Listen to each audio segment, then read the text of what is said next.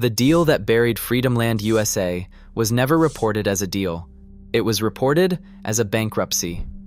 Freedomland opened in June of 1960 on 205 acres of reclaimed marshland in the northeast Bronx, shaped on a map like the continental United States, built for $65 million by a developer named William Zeckendorf, who already had reasons to want the land cleared.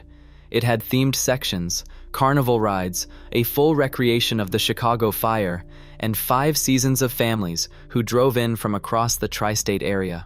By 1964, it was closed, and within months of that closure, the same political machinery that had helped arrange its financing had already begun approving the housing complex that would take its place. 15,000 apartments across 35 towers, state-financed under the Mitchell-Lama program, and structured in a way that benefited the organizations that had positioned themselves for it. None of that is in the official story. The Northeast Bronx in 1960 was not prime real estate. It was marshland, tidal flats, and a stretch of reclaimed ground along Pelham Bay that New York City had been filling in for decades with whatever it had available. Ash, dirt, construction rubble, whatever the sanitation department could not use somewhere else. By the late 1950s, that process had produced a parcel of approximately 200 flat acres, technically dry, mostly stable, notable primarily for how far it was from anywhere a developer would normally want to build. Stand on the ground at Co-op City today, and you feel it. The land sits slightly lower than the surrounding streets. In wet seasons, water pools at the edges of the parking lots in ways that do not happen on higher ground. The concrete is fine, the buildings are solid, but the earth underneath has a history that infrastructure cannot entirely erase. William Zeckendorf had acquired the Bronx marshland through his company Webb Knapp, and by 1958, he had a vision for it that he believed was worth $65 million. Zeckendorf was the most flamboyant real estate developer in New York City, a man who had brokered the East River parcel that John D. Rockefeller Jr.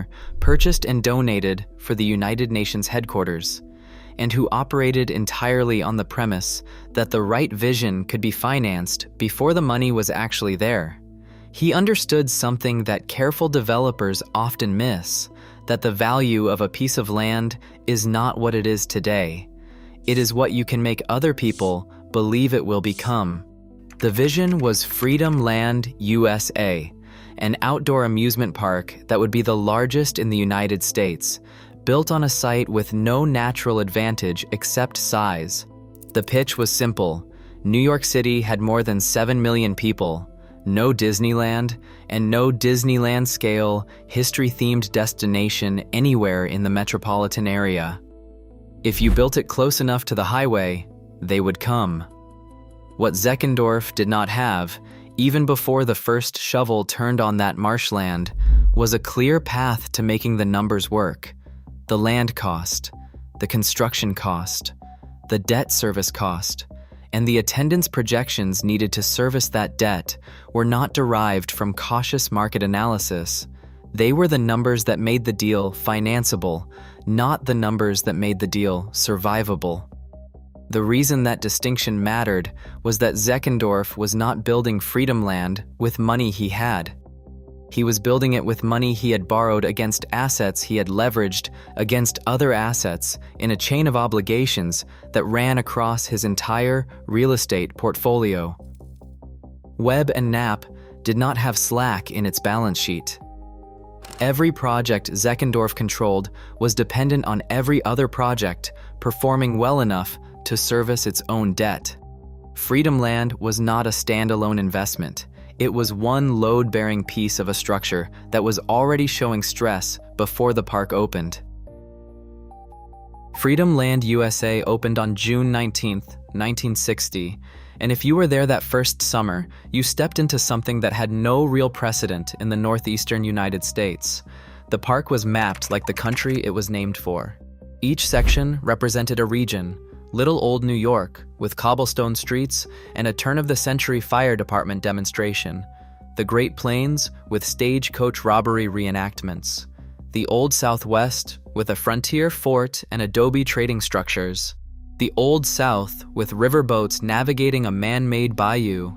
Chicago, where a full reenactment of the Great Fire of 1871 played out multiple times per day, buildings burning and fire brigades responding and spectators standing close enough to feel the heat come off the structures.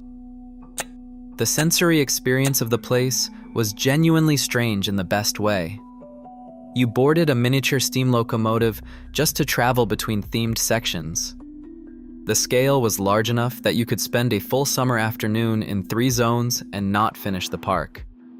On a good day in July, with the midways full and coal smoke from the Chicago fire drifting across toward the Great Plains section, it felt like something that should not have been possible to build on a Bronx landfill, and that was precisely the point.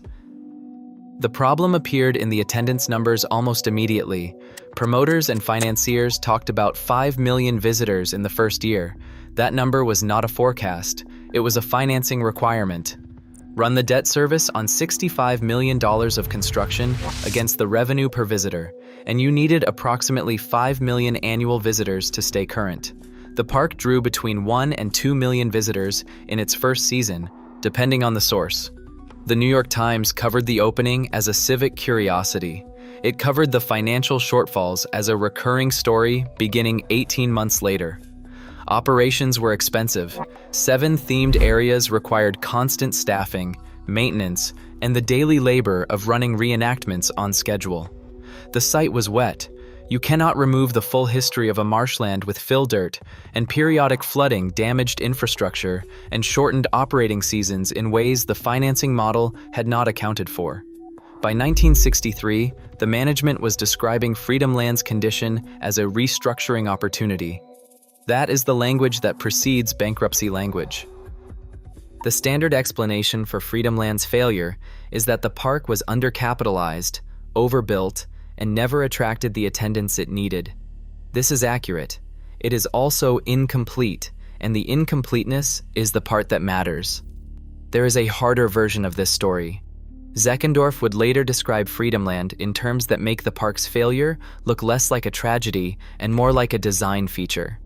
He characterized the amusement park as a placeholder use of the land, a temporary operation intended to hold the site, secure permits, and establish the zoning conditions that would make residential development feasible once the right financing and partners materialized.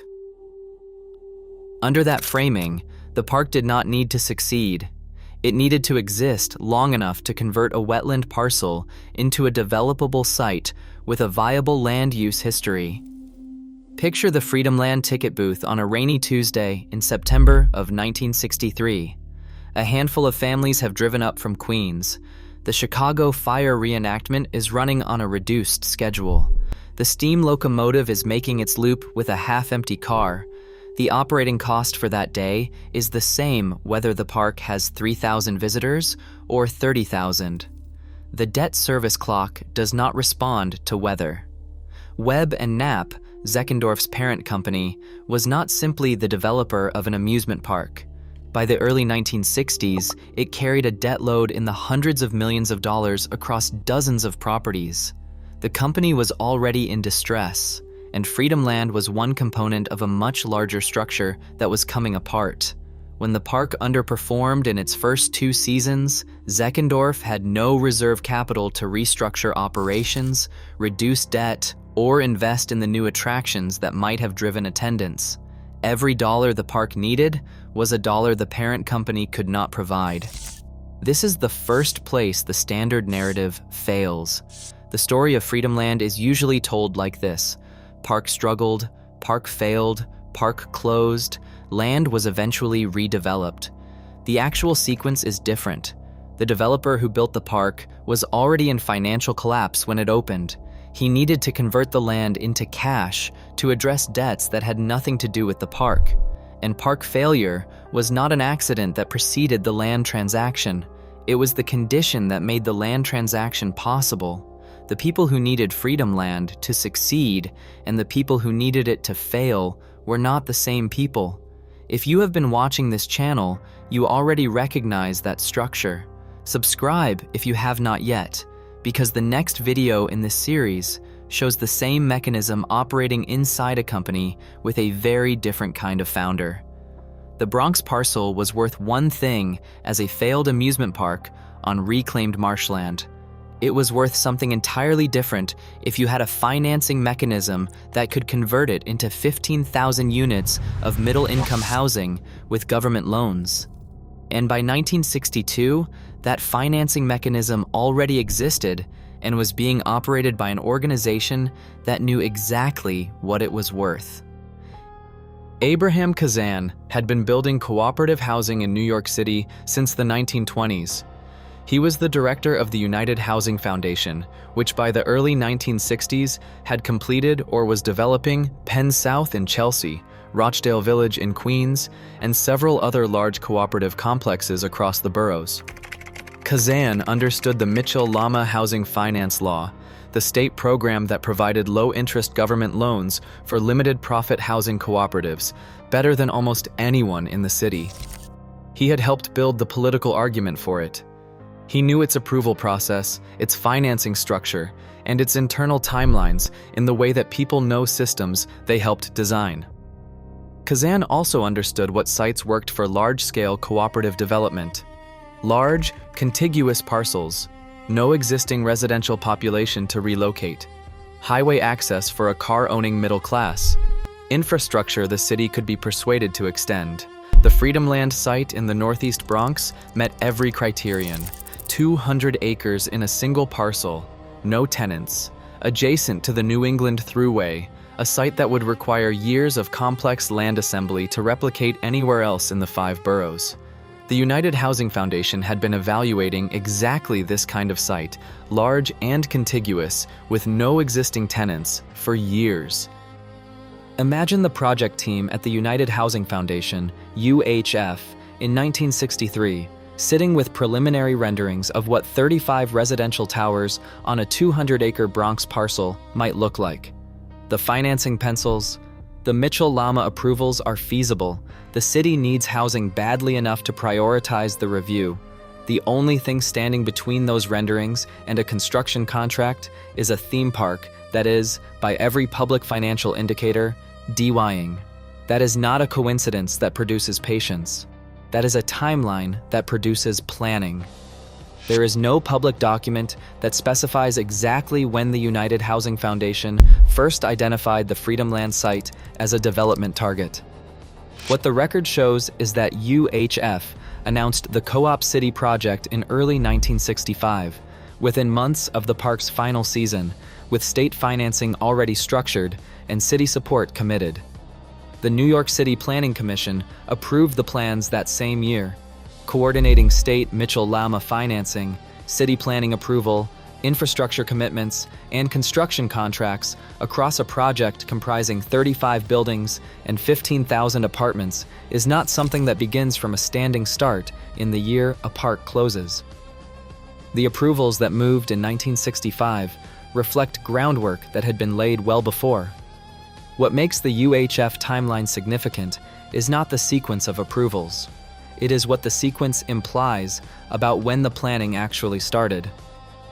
The Mitchell-Lama Housing Finance Law moved through overlapping approvals, state financing from the Division of Housing and Community Renewal, city planning review, construction permits, and infrastructure commitments requiring coordination across multiple agencies.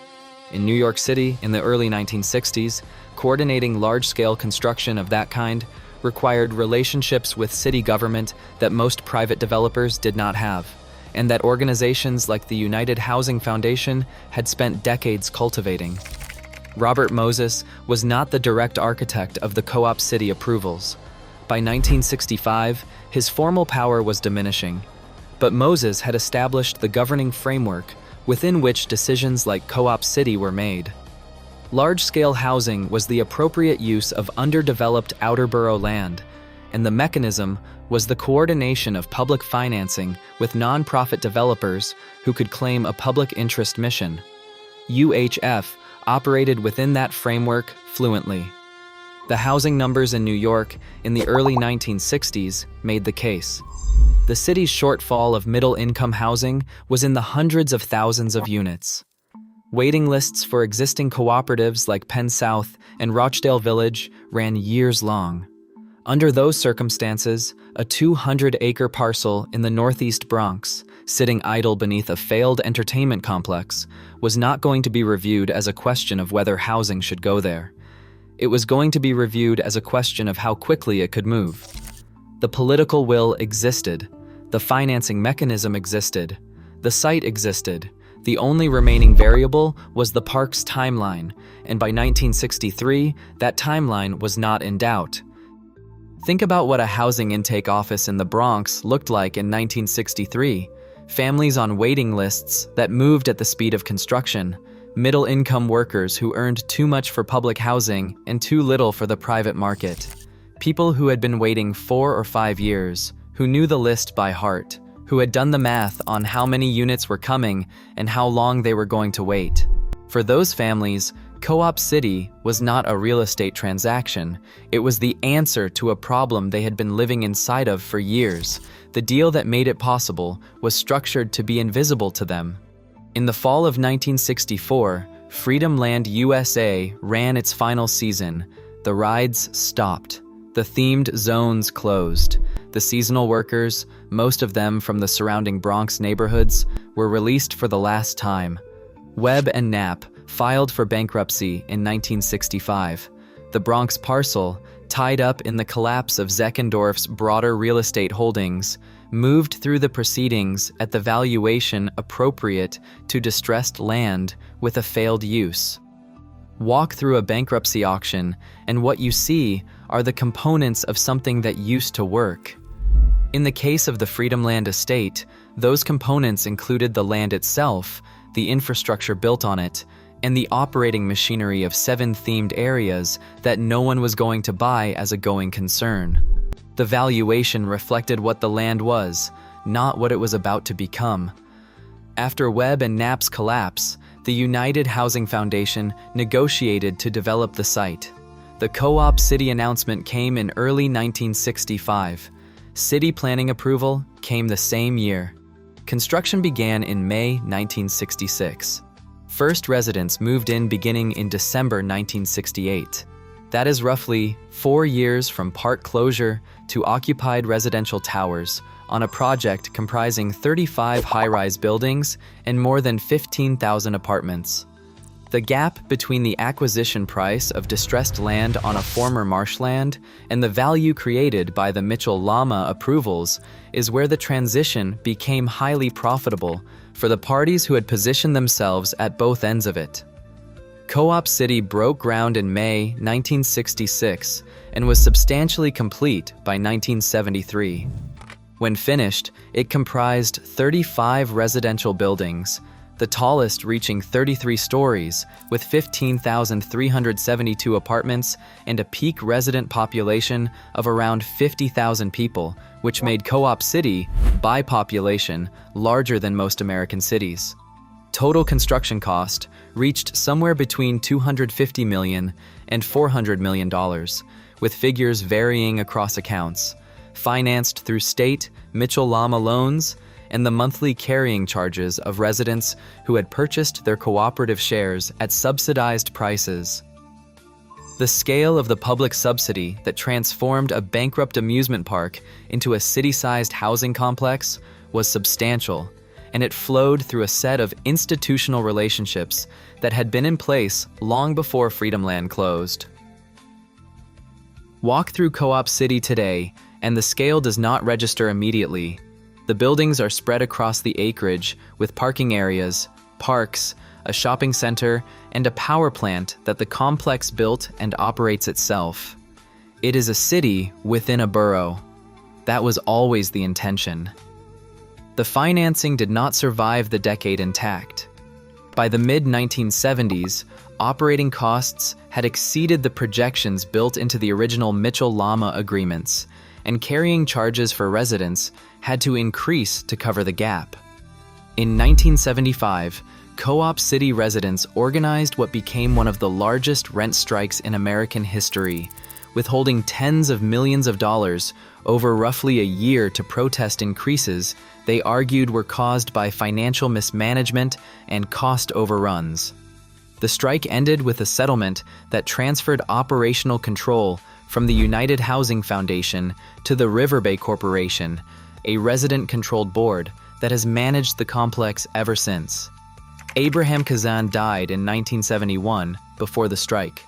The organization he had spent 4 decades building effectively ended its direct involvement with Co-op City under the pressure of a community that had moved in on the promise of affordability and was being asked to pay more than it had been told to expect. The families who moved in during 1968 and 1969 were not responsible for any of the financial architecture above them. They were middle-income New Yorkers who had been on cooperative housing lists for years, who paid below-market prices for apartments in a complex that multiple generations of the same families now call home. The decisions at the top of the structure were made by the people with access to the financing and approval machinery. The community at the bottom made it into something that has lasted. There is an aerial photograph in the collection of the Bronx County Historical Society, taken in the summer of 1961. Freedomland USA is visible in full, the outline shaped like the United States, the midways packed with visitors, the small figures of families moving between themed zones. To the north, the unbuilt marshland stretches flat. In the background, the highway infrastructure that Zeckendorf had counted on to bring families in from the suburbs.